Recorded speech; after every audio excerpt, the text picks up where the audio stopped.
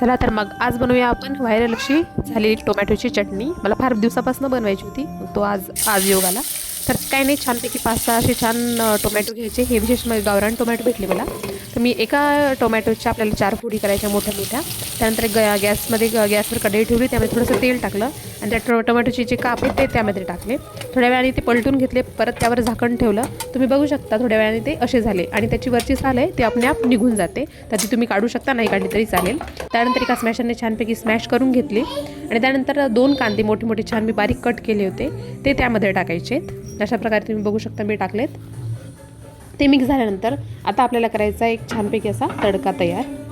तर या तडक्यासाठी आपल्याला लागणारी हिरवी मिरची, कढीपत्ता, लसूण, कोथिंबीर, हळद, तिखट, मीठ हे आपल्याला नॉर्मल मसाले लागणार आहेत. तर त्यासाठी मी छोटासा तडका पॅन घेतला आहे. त्यामध्ये तेल, जिरे, मोहरी टाकली, भरपूर अशी कोथिंबीर टाकली, बारीक कट केलेली मिरचीसुद्धा देखील त्यामध्ये टाकली. मिरची छान तडतडू दिली. त्यानंतर त्यामध्ये भरपूर अशी कोथिंबीर आणि कढीपत्ता तोही टाकला आणि थोडासा मी हिंगसुद्धा त्यामध्ये ॲड केला आहे. कढीपत्ता पण छानपैकी त्यामध्ये फ्राय झाल्यानंतर आणि लसूण पण टाकलं. लसूण भरपूर टाकायचं आहे आपल्याला या चटणीमध्ये, त्याने खूप छान टेस्ट येते. सगळं काही छानपैकी मिक्स करून घेतलं आहे. हा झाला आपला तडका तयार. आणि शेवटी मी त्यामध्ये थोडीशी लाल तिखट, हिरवी मिरची आपण ऑलरेडी टाकली आहे. लाल तिखट आपल्याला थोडंसं म्हणजे टेस्ट तर येणार आहे, पण लूक येण्यासाठी टाकायचे. थोडं किंचित असं लाल तिखट, हळद आणि मीठ ते टाकले.